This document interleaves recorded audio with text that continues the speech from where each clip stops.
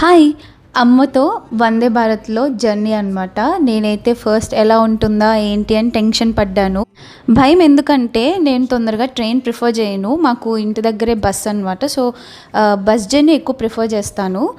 చెప్పాలంటే చాలామంది ట్రైనే safe journey అంటూ ఉంటారు. నాకైతే చాలా భయం లిటరల్లీ. బస్సే నాకెందుకో కొంచెం సేఫ్‌గా అనిపిస్తూ ఉంటుంది. టాపిక్‌లోకొచ్చేస్తే చిన్నప్పుడు పేరెంట్స్ మనల్ని తీసుకెళ్తారు. మనకి ఎలాంటి హెజిటేషన్ ఉండదు, భయం ఉండదు. వాళ్ళ చేయి పట్టుకొని వెళ్ళిపోతాము ఎక్కడికైనా వాళ్ళని నమ్మి. ఫస్ట్ టైం నేను మా అమ్మని దింపుతున్నప్పుడు నాకు అనిపించింది నా మీద ఫుల్ రెస్పాన్సిబిలిటీ ఉంది. నేను చాలా సేఫ్‌గా దింపాలి అని. ఈ వ్యూ చూస్తున్నప్పుడు నాకు అనిపించింది నేను ట్రైన్ జర్నీ ఇంతగా మిస్ అవుతున్నానా అని. చాలా చాలా బాగుంది. ఈ వ్యూ చూస్తూ బ్రేక్‌ఫాస్ట్ చేస్తుంటే అబ్బా! అసలు నేనైతే చెప్పలేననమాట. ఆ ఫీలింగ్ నాకు చాలా హ్యాపీగా అనిపించింది.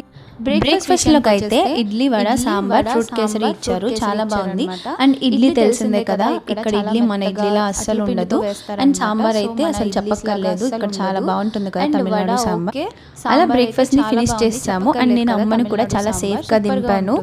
మా జర్నీ అయితే ఇలా అయిందనమాట. చాలా నచ్చింది నాకైతే. నేనైతే మా అమ్మని చాలా సేఫ్‌గా తీసుకెళ్ళాను. అందరికీ happy women's day. Thank you.